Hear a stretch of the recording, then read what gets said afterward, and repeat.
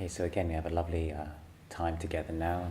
Giri community is here, somewhat unexpectedly, so we can make the most of a unexpected situation and have a little Dharma sharing today in this new building with the students, and very honoured some of the monastics have joined as well.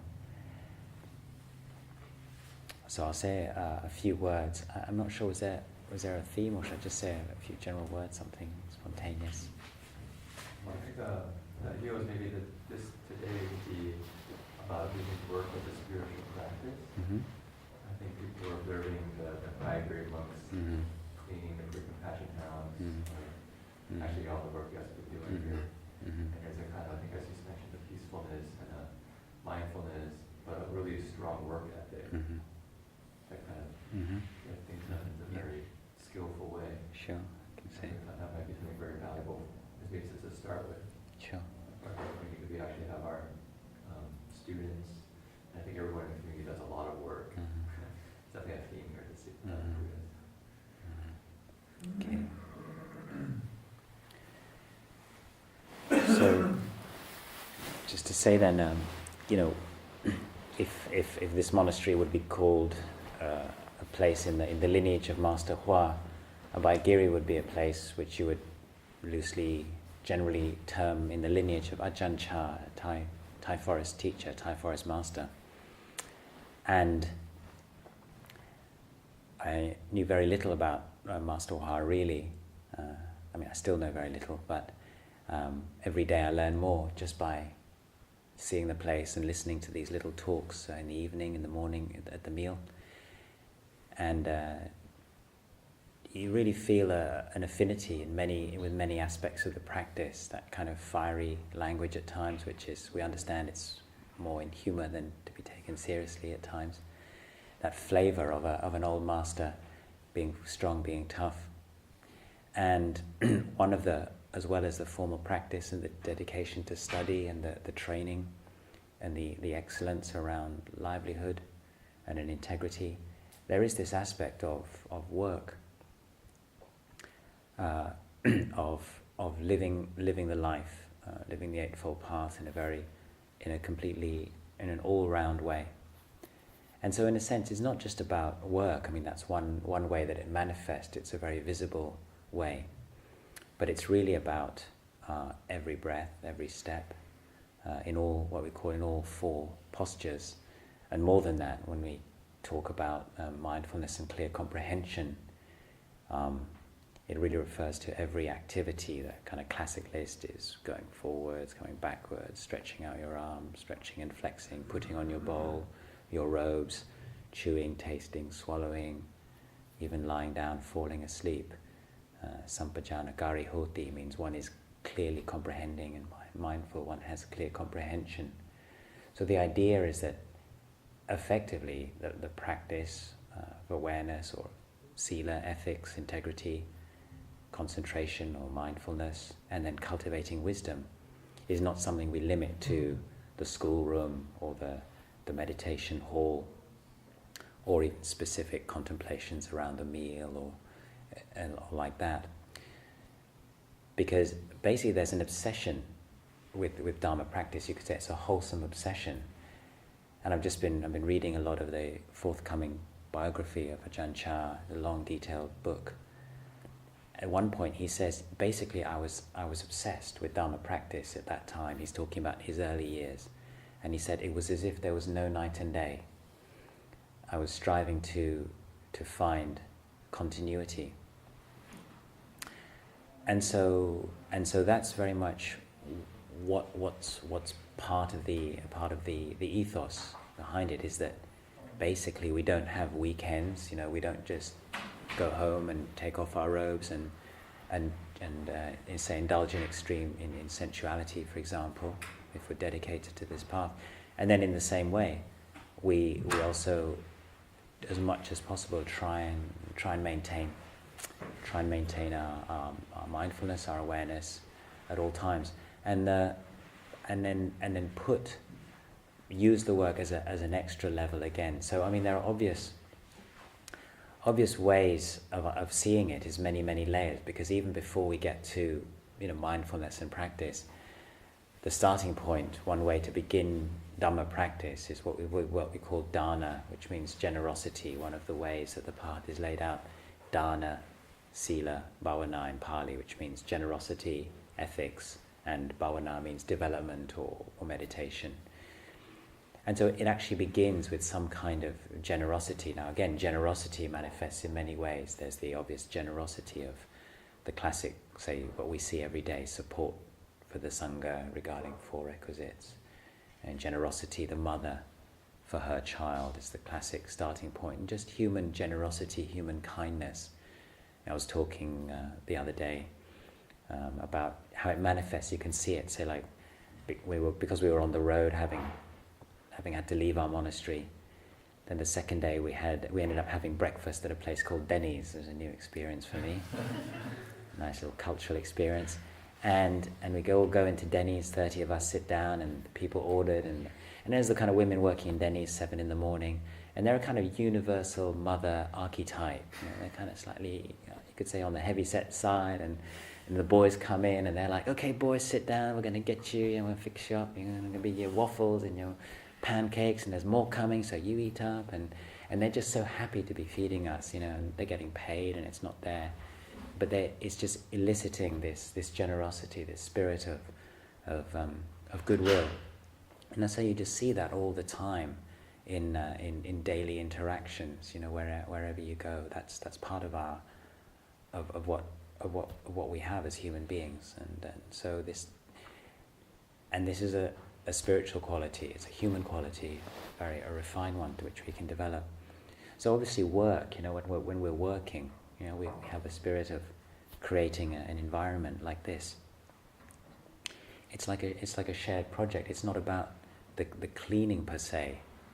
I'm not really thinking about dust and leaves. When I'm working, that's just the external elements around it. But obviously, it's the spirit of coming together. Say, particularly in our monastery, we do things as a group. We do things together, but with a sense of making it an offering, some way of giving. But even before we get to the external thing, it's an internal offering. It's of giving up, because if we understand in the bigger picture, the final, or a more lofty way of talking about Dharma practice is we're, say, turning away from clinging to a notion of a self view, these kind of things. Well, how that manifests is in ways where I don't want to do this, I don't want to do that, I'm feeling a bit lazy, I want my time. It's the kind of the me. And so the way, when we're thinking in terms of not me, is to sometimes just put it into practice. You could call it outside in, where you have the internal concept, but sometimes the external actions condition the internal view. Then the path is also inside out, where you have the starting right view, which then is what conditions the external action. So the two work together. Sometimes you just say, just do it. You don't really know why. Let's just join in. We're doing a project. Just let go of your desires, and don't think too much. That's a great aspect of meditation and Dharma practice. Not thinking too much, getting into a kind of very simple mind where so we eliminate our desires, our laziness, we take part in a wholesome project, sharing with other people, kind of group skills like learning to take instructions from somebody else, especially we have maybe views and opinions, how it should be done, how it shouldn't be done, just whoever's in charge, just do it their way. And then put that into practice. And you end up with a good result. You see, we could say, we cleaned the monastery, or we fixed the thing, or we hauled the water, we chopped the wood, whatever it is. And you can look at the physical result externally, but it's not about the water and the wood and the leaves and the dust. In the same way that even acts of generosity, it's not just about the food or the this or the that. The point is that ultimately we're training our hearts, and the external things manifest as part of that process. So, in the sense that this is talking about, say, work as a spirit of sacrifice, and most of us, certainly, the Bhayagiri community coming, is very and in my monastery in Thailand, Wat Bananacha, it's an international monastery, mainly Westerners or people from non-Buddhist cultures, we say not cultural Buddhists. And so we don't really have much of a feeling of the kind of bigger picture, like spreading the Dharma. You know, when you listen to Master Hua and listen to Ajahn Chah, they definitely had this feeling of there's something magnificent, very, very precious in the world, the three jewels, the Dharma, the world is suffering, sentient beings need saving. Okay, let's save them.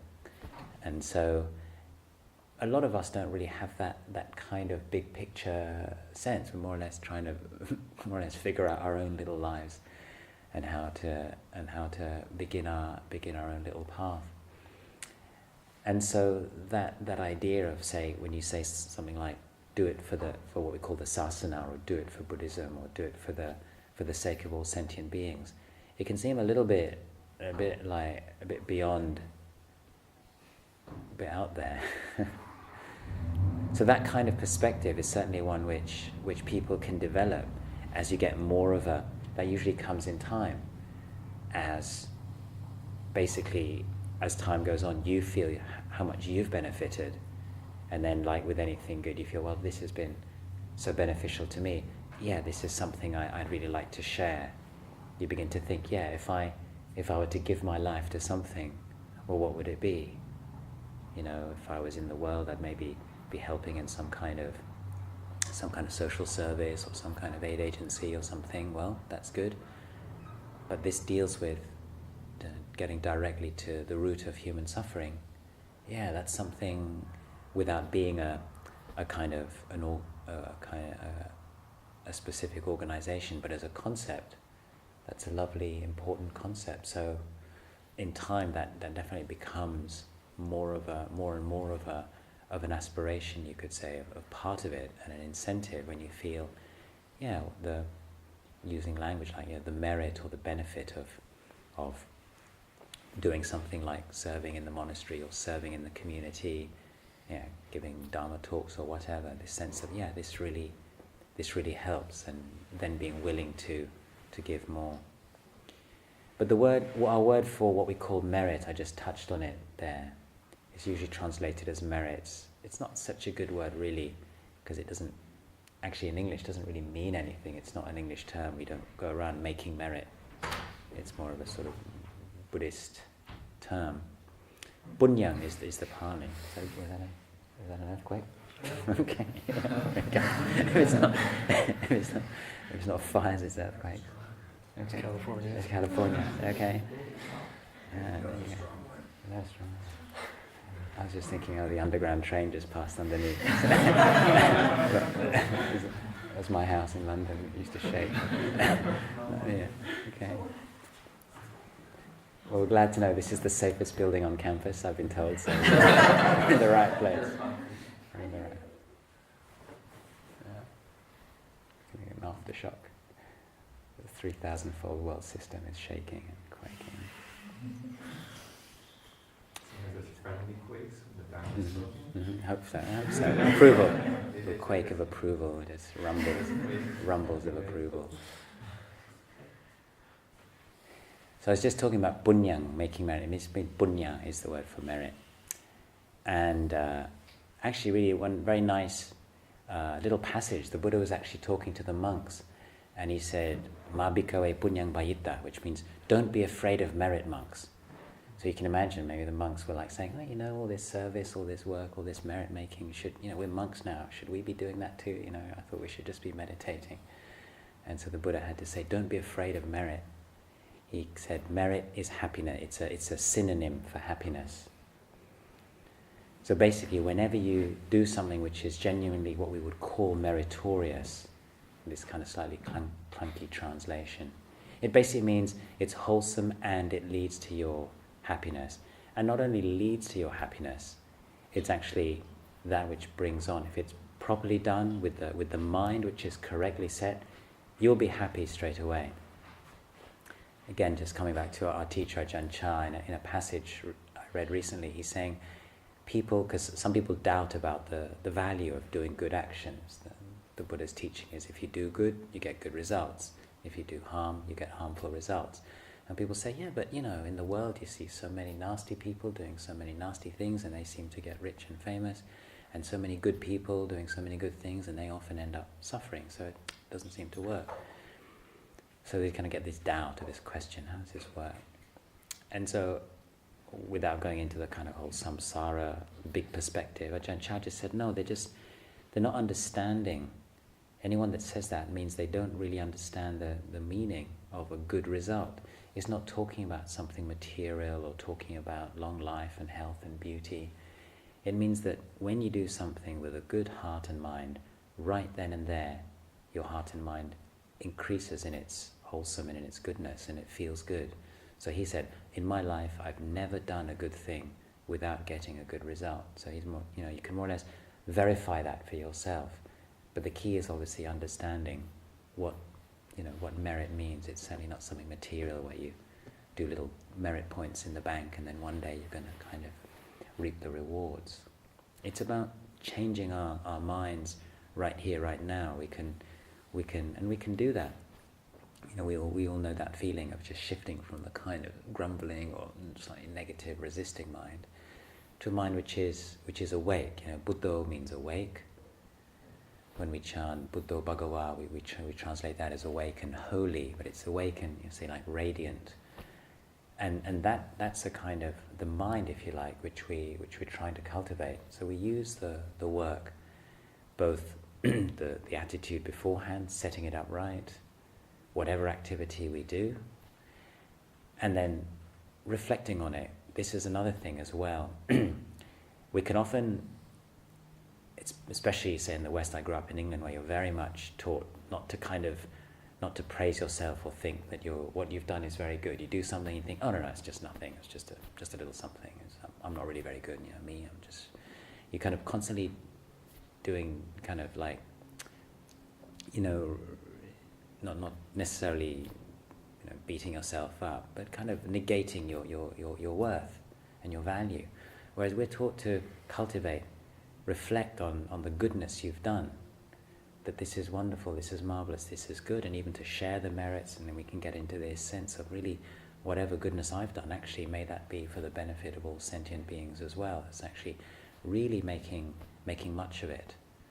And again, you could, in terms of just basic psychology, if all of this is a part of a strategy, part of you could call it a program, part of an education system, whereby we're training our minds to move away from the coarser and even the more subtler kilesas or the defilements or the poisons of the mind.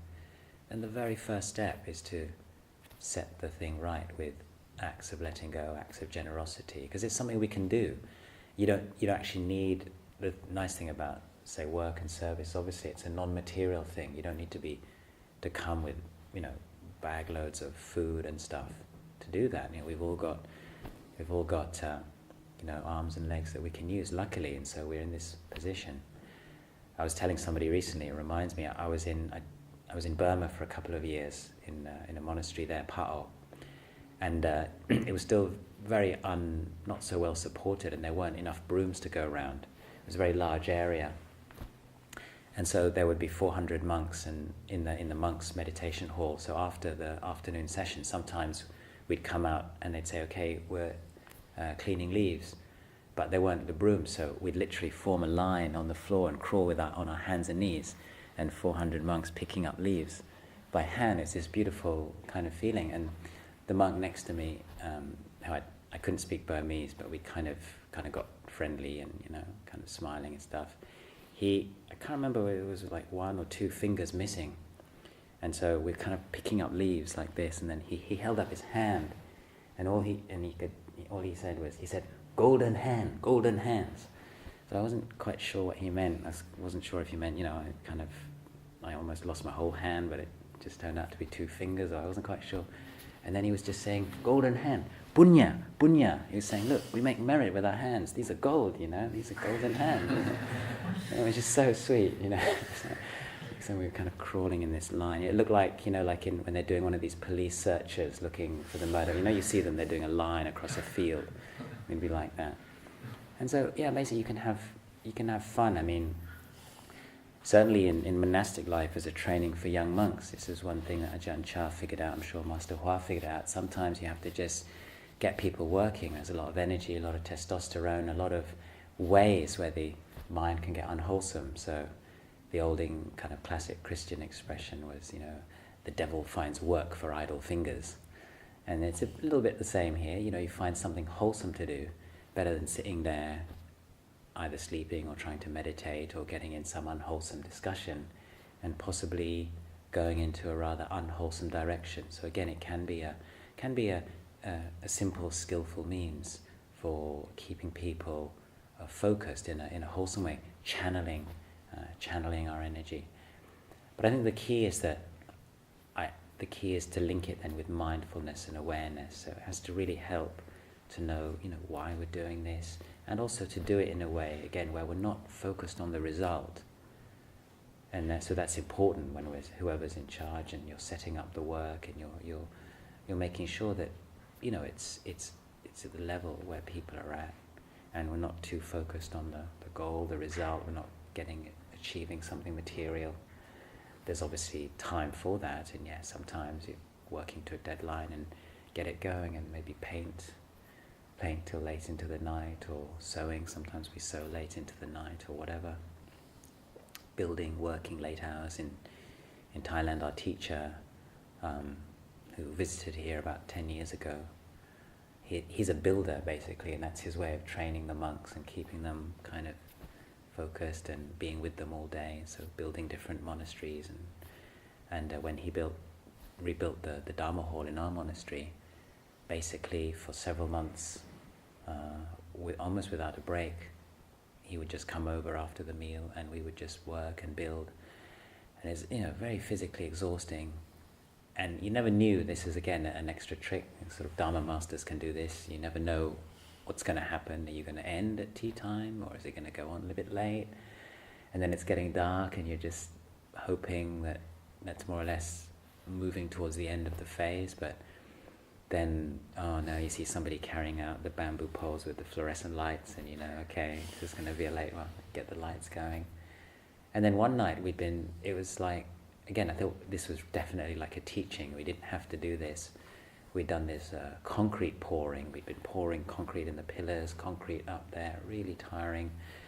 And then you have to, once the concrete's poured, you have to kind of clean it and scrub it down before it hardens. And so we were going, it was late. And we finally finished. And then he had us dismantling the wooden scaffolding and just taking nails out with hammers and pliers and stuff, just to kind of pile them on. We didn't need to do it that night, definitely that we could have all stopped at that point. But again, sometimes the teachers just give you that extra training, and that's taking it to another level again. I think you have to have faith and confidence in who you're being trained by.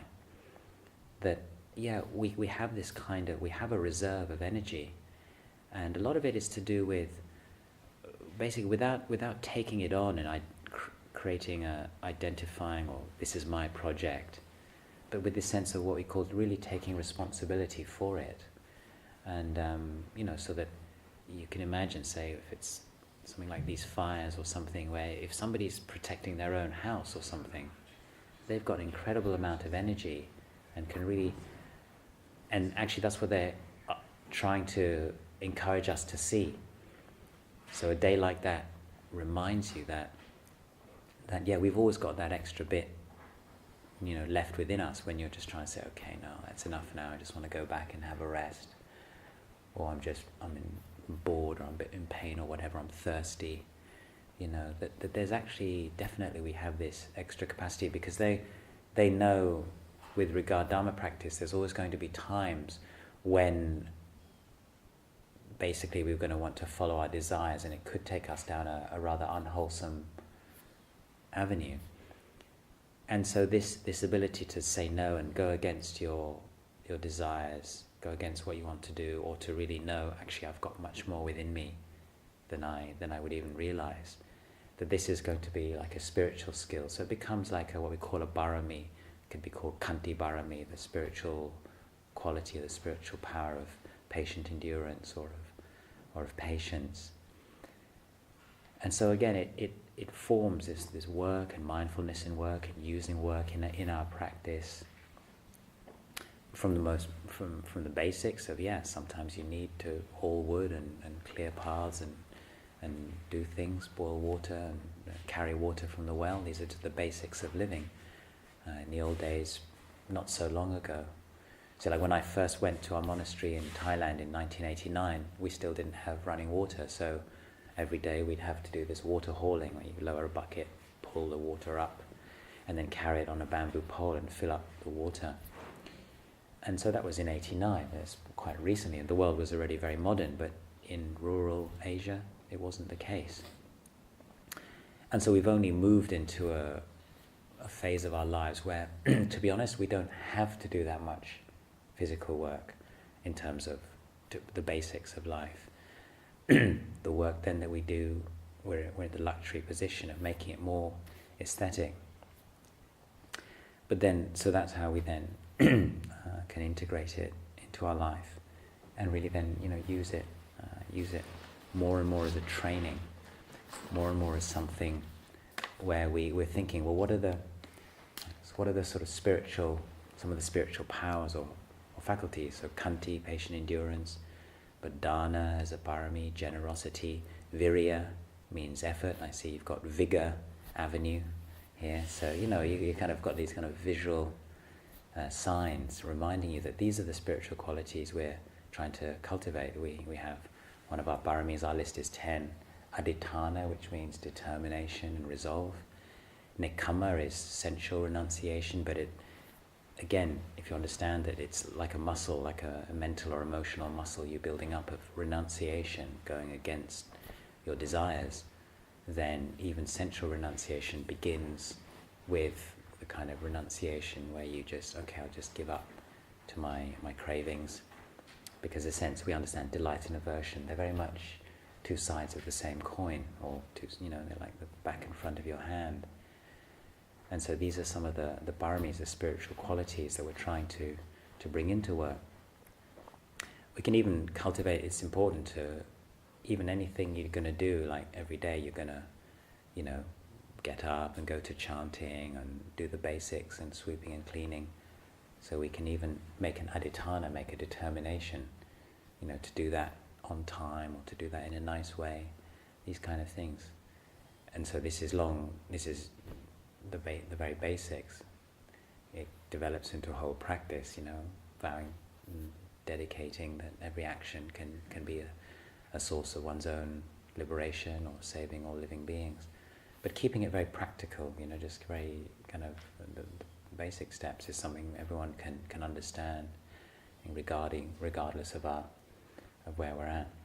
But it all hinges on like right view. Yesterday we went in, or 2 days ago, into the classroom. The first day we were looking around, and I just noticed on the board it had the Pali ditti, samma ditti, and then it was in Sanskrit drishti. And this is linked with theory, the Greek. I don't know if you touched on that. Theoria comes from drishti. It's an Indo-European root. So we have theory, and in Thai it went the other way to Southeast Asia. It becomes trisadi. So it's very nice. There's a Thai word, trisadi, which comes from drishti, ditti, and we have it in English, theory. So it's a very good way of, I think, of understanding or phrasing right view is the right theory. So this is our theory, if you like. This is our concept. This is the way, our working hypothesis with regard how we work and cultivating mindfulness in daily life and putting it into practice and using it as a basis for our spiritual, if you like. It's our springboard to the loftier practices, samadhi, developing paññā.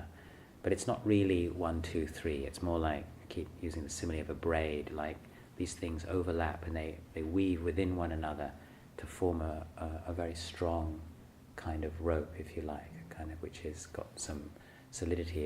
It's multi-layered, multifaceted, our lives.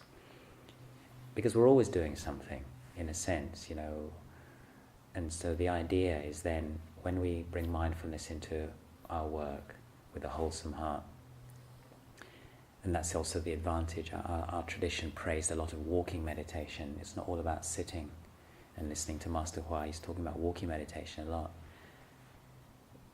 One of the advantages of that is that you're cultivating mindfulness in movement.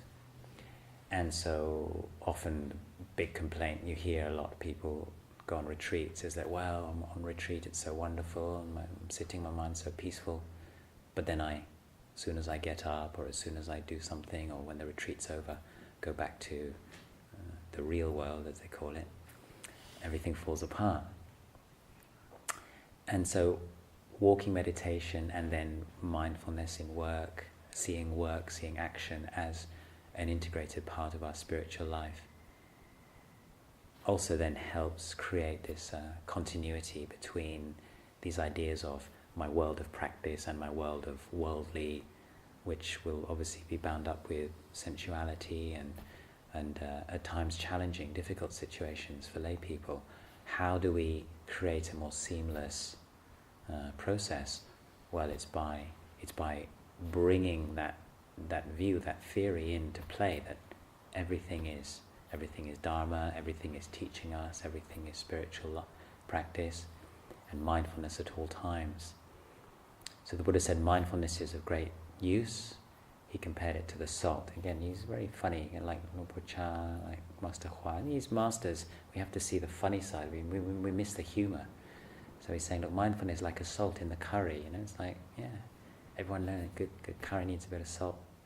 In Thailand, they even put salt in the sweets. They put salt on fruit. Everything got to have a little bit of salt.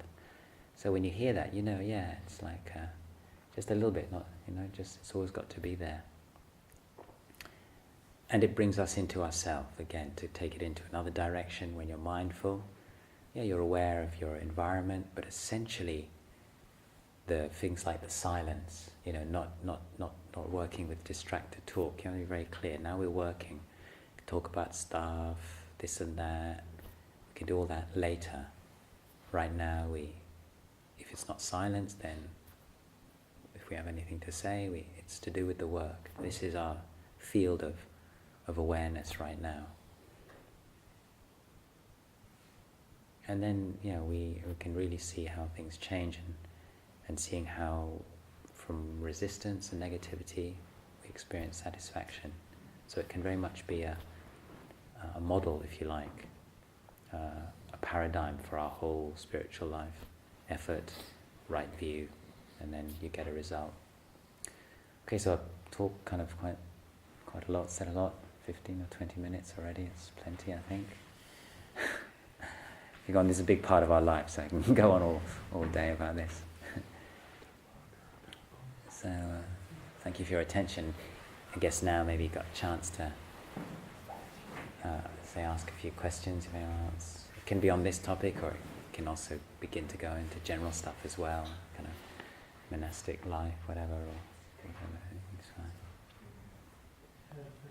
Yeah.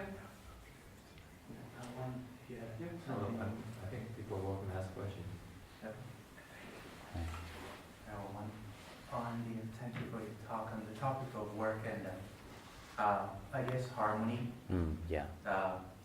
So sometimes when we work, we have disagreement on how things should be done. And that happens even out of best intentions to get the work done properly. That's right. So I was wondering if you had any suggestion of how the Sangha manages to be in harmony and get things done. Yeah, it's true, that's another big topic. Again, I think a lot of it begins with right view or right theory, right perspective. That we have a lovely little line from the Dhammapada is Sukho Sanghassa Samaki, which means happy. Happy is the harmony of the Sangha, or Sangha also means community. So again, that has to be your, almost like the starting goal, if you like. But this isn't about the work or about getting things done. The key not to lose is the harmony. The work is secondary. So again, when we change our priorities, everything changes in line with that. So why are we working? We're working for harmony, and we'll see if we can get the work done so I'm kind of, exaggerating, making it very extreme, but I think the point is that we don't have harmony as a priority in, generally in our lives, and especially it's very individualistic. And like you said, it's often best intentions. But another old Christian saying was, the road to hell is paved with good intentions. And so intention is Dhamma. As you may well know, that karma in Buddhism, he taught it's all about intentions, but it doesn't mean your motivations and what you want. It's really looking at the state of your mind. So you can have good intentions, but obviously the cetana, the psychological urges, are usually a little bit out of balance. It's usually negativity and then speaking too forcefully and not. So basically, you can begin with just practical things. Like, as I said, like if there is a work thing, kind of decide on who's, you could say, team leader, and really let them be team leader. Even, it's usually not going to be disaster, but if that's the case, then try to go with what they suggest. And again, I've learned so much just living in Thailand, which as a culture is really non-confrontational. It's almost like the last thing anybody would want to do would be to say, look, no, it's not like this, it's like that, or to say no. You just would much rather go with it. So it's partly a cultural thing. We're really trained to, from very, very young, to have views, to speak up, don't be afraid. If you see something, you tell him, and especially if you're thinking, well, this is the right way, this is the better route, why should we waste our time, blah, blah, blah. So it can be practical, okay, this work project, so-and-so's in charge, we'll do it that way. Discussing it beforehand, really being clear. Simple things like making sure you have enough time. I've found that so much of the heat in a work project is when you're taking on a bit more than you can manage in the time given, and there's a rush. It's the same with breaking our precepts and being sloppy in our life. As soon as there's a rush, everyone's got a bit of tension. So one simple thing is a life skill, just trying to not try to do too much or have too much of that goal in mind. Just really realize we've got limitations here. And we could do it in time, but again, the limitation, the extra one we're putting on ourselves is that we want to maintain harmony, peace of mind, tranquility. And so that's basically like putting the brakes on everything. It's like you're driving a car and the priority is a smooth ride. Well, you can't drive so fast anymore. It's not about getting there as fast as you can. So shifting the whole attitude towards it. So there are some practical things. We have guidelines around speech, which we use when we're giving feedback and these kind of things, where you basically have to ask permission first, and the person has to, yes, you can give me feedback, and you have to think, do I have, you have to consider your own mental state, and especially if there's any anger, or if you think that what you're saying is not going to be beneficial, then you can't say it. So again, if you're thinking just in terms of the work, you might be thinking, well, what I'm saying is going to be beneficial, but if you're thinking in terms of the relationship, then maybe it won't be beneficial, to say it. And then there are ways of cultivating the whole delivery, this is a whole field of study in the world, non-violent communication and right speech and timing and all these kind of things, which people learn outside of Dharma life as well. So, and ultimately, this is what we're conditioned to do. A group of guys or a group of women living together, men and women, whatever. There's this kind of dynamics, and so partly it's normal. Don't underestimate what you're taking on and the challenges of these simple things, because our primal kind of energy drives kick in and pushing us in all kinds of ways. Sometimes you think, oh, why did I say that? Where did that come from? That's not me. That's not who I am. It's much more deep stuff, and it just, boom, just comes out like that. So I did stuff I don't have to do it so much now, but when I was a younger monk, I had to take vows of silence during work periods, because I knew that I couldn't trust my mouth or my brain. And I did like a non-admonishment, which means I wouldn't point out anything to somebody for a whole year. you know, because we have a lot of things. Oh, excuse me, monk, you know, your bag's not nice or whatever. You know, it's nice. It's nice. It's nice. you know, that kind of thing. You know, we have a lot of stuff in our life where we got the right way and the wrong way, and there's this kind of thing. Sometimes you say things, sometimes you don't say things, or you know, just put that there. No, that doesn't go there. Or the Ajahn likes it like this. You know, you think you're being helpful. But you're often not being helpful because the person takes it like, come on, get off my back, man. You know, like, well, you know, who are you to tell me? And there's this phrase in the scriptures, who are you to tell me? It is I who should be telling you. And you so it rarely works. So when you think about these things, you end up, just don't say it. You know,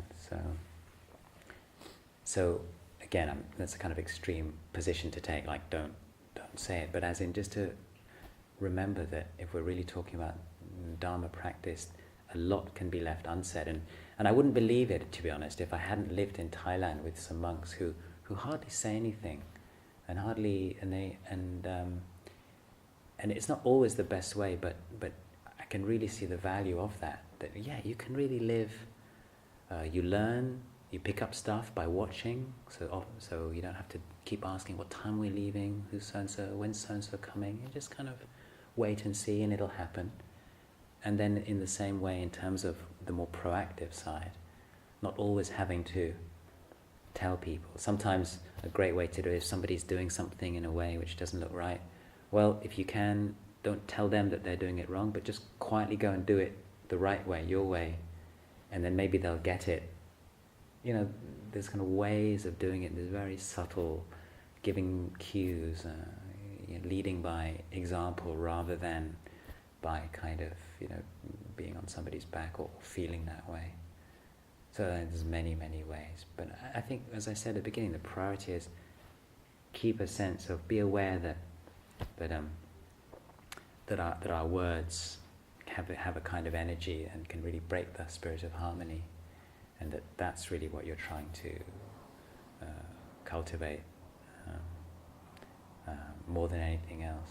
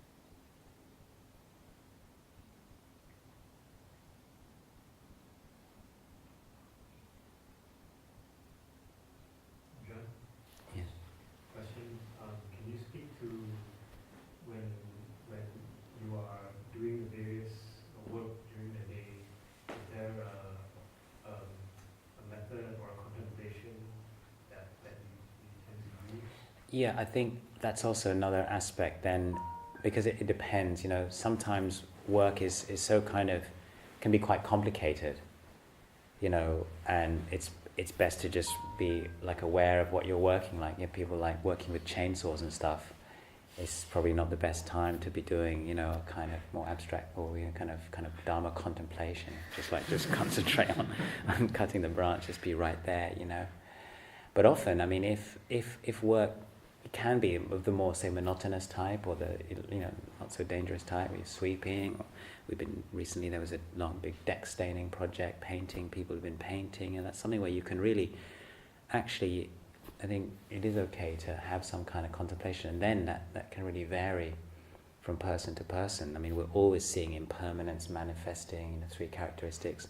Often it's just dukkha, suffering, the nature of suffering. If it's unpleasant in Thailand, it's hot.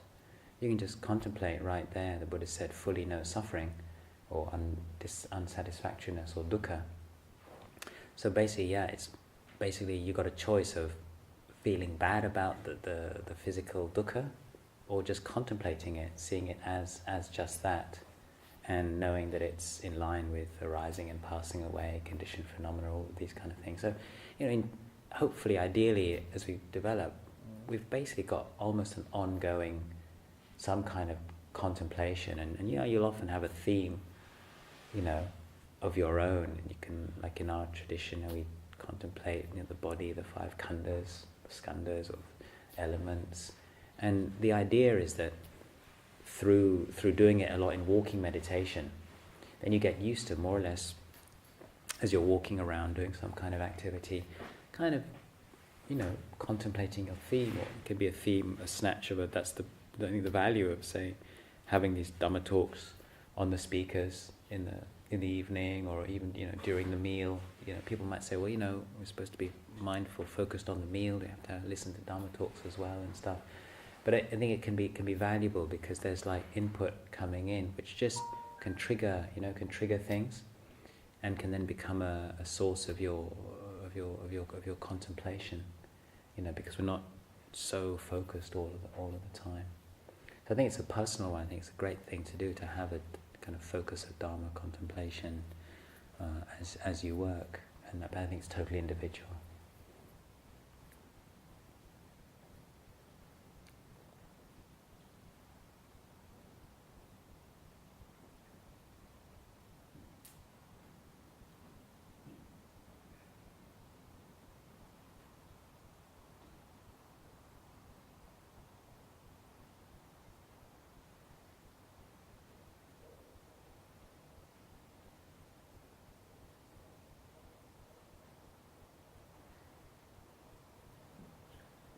I just had a question with the Sangha being displaced and the fires and having to leave your monastery. How have you approached that as a spiritual practice?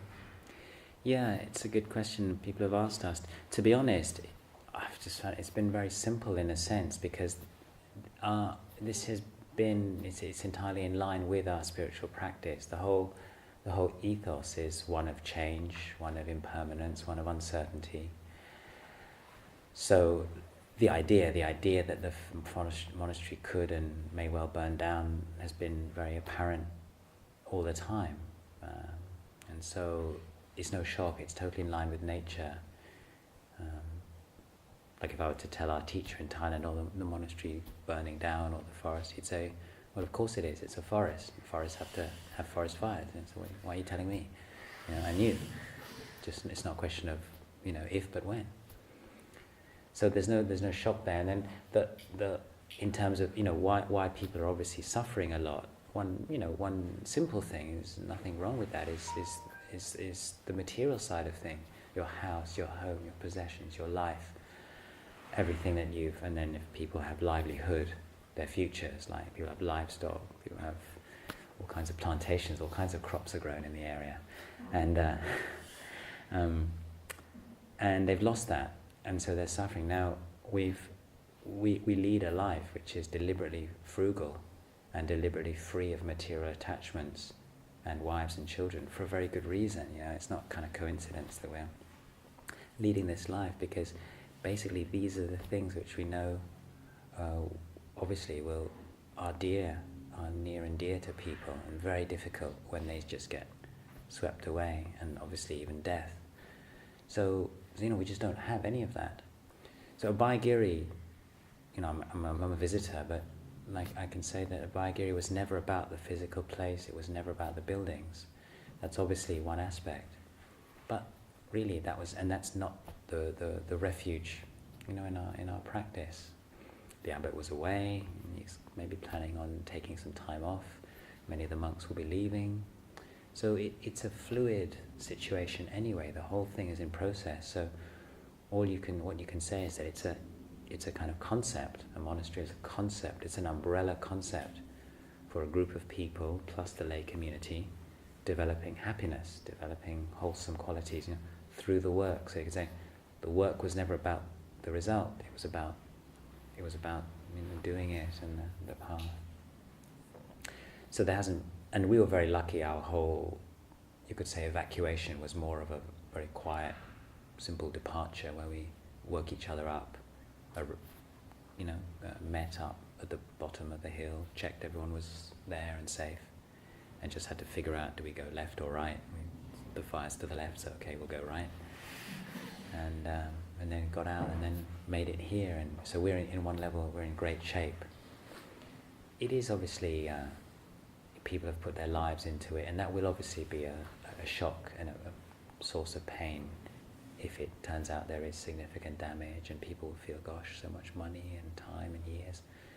But definitely it's all within, we're within a vessel here of goodness, of support, and so I think much, much easier. And so the way of handling it, I would say, to answer your question again, is it's actually just a kind of natural response. In a sense, that's what the whole training is about. And because there's so much death contemplation, well, this is it, isn't it, really? It's about, death is about loss of that which is dear, the unexpected, or the having to let go of what you don't want to let go of, fear of the unknown, fear of moving on, pain of the process. And so this is, it's another type of death, but the I'm not sure how Master Hua phrases it or puts it. Certainly in our tradition we have this teaching on the mind itself, or the pure mind, or of an awareness itself, so that everything that we're experiencing is arising and passing away in the 5 khandhas, consciousness, and the sense realm of sight, sound, smells, taste, touch, and the thoughts, the realm of emotions. And this is like the kind of the play, the kind of the fantasy realm that's just arising and passing away, cause and conditions, the conventions. We have these teachings around, say we chanted Prajnaparamita, around emptiness, or around the mind itself. And so these aren't things which we just have somewhere in the books. And these things, when you really know that, at least, obviously it sinks in more and more and more as time goes by. But even as a concept, it's a refuge. We know, okay, it was never about the body and the stuff and the buildings. We just know there's a refuge beyond that. And just that much means that we're kind of operating in a very different way already. Very, very helpful. So I've certainly seen the benefits of this practice just in this little situation. And also being in the present moment, we don't know what's going on. Also, we'll wait. When they tell us, then we'll know, and then we'll go and figure it out. Till then, kind of have nice little Dharma discussions, do the chanting, and just keep calm and carry on.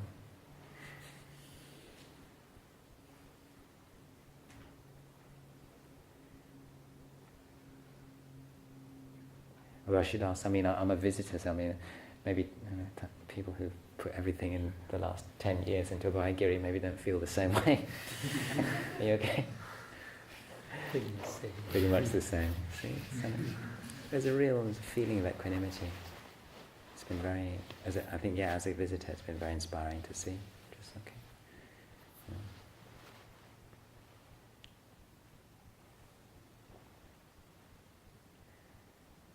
So okay, I think it's been a nice little session. And appreciate everyone coming. Was the idea maybe to meet again? Okay, we'll see what happens. Okay. Same time, same place. Okay, easy.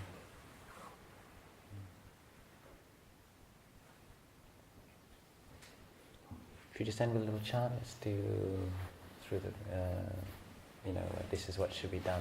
We're going to chant the English translation of what we call the Metta Sutta, Buddha's words on loving kindness. This is what should be done by one who is skilled in goodness and who knows the path of peace. Let them be able and upright, straightforward and gentle in speech, humble and not conceited, contented and easily satisfied, unburdened with duties and frugal in their ways, peaceful and calm and wise and skillful, not proud and demanding in nature, Let them not do the slightest thing that the wise would later reprove, wishing in gladness and in safety. May all beings be at ease, whatever living beings there may be, whether they are weak or strong, omitting none, the great or the mighty, medium, short or small, the seen and the unseen, those living near and far away, those born and to be born, may all beings be at ease. Let none deceive another, or despise any being in any state. Let none through anger or ill will wish harm upon another, even as a mother protects with her life a child, her only child, so with a boundless heart should one cherish all living beings, radiating kindness over the entire world, spreading upwards to the skies and downwards to the depths, outwards and unbounded, freed from hatred and ill will, whether standing or walking, seated or lying down, free from drowsiness. One should sustain this recollection. This is said to be the sublime abiding. By not holding to fixed views, the pure-hearted one, having clarity of vision, being freed from all sense desires, is not born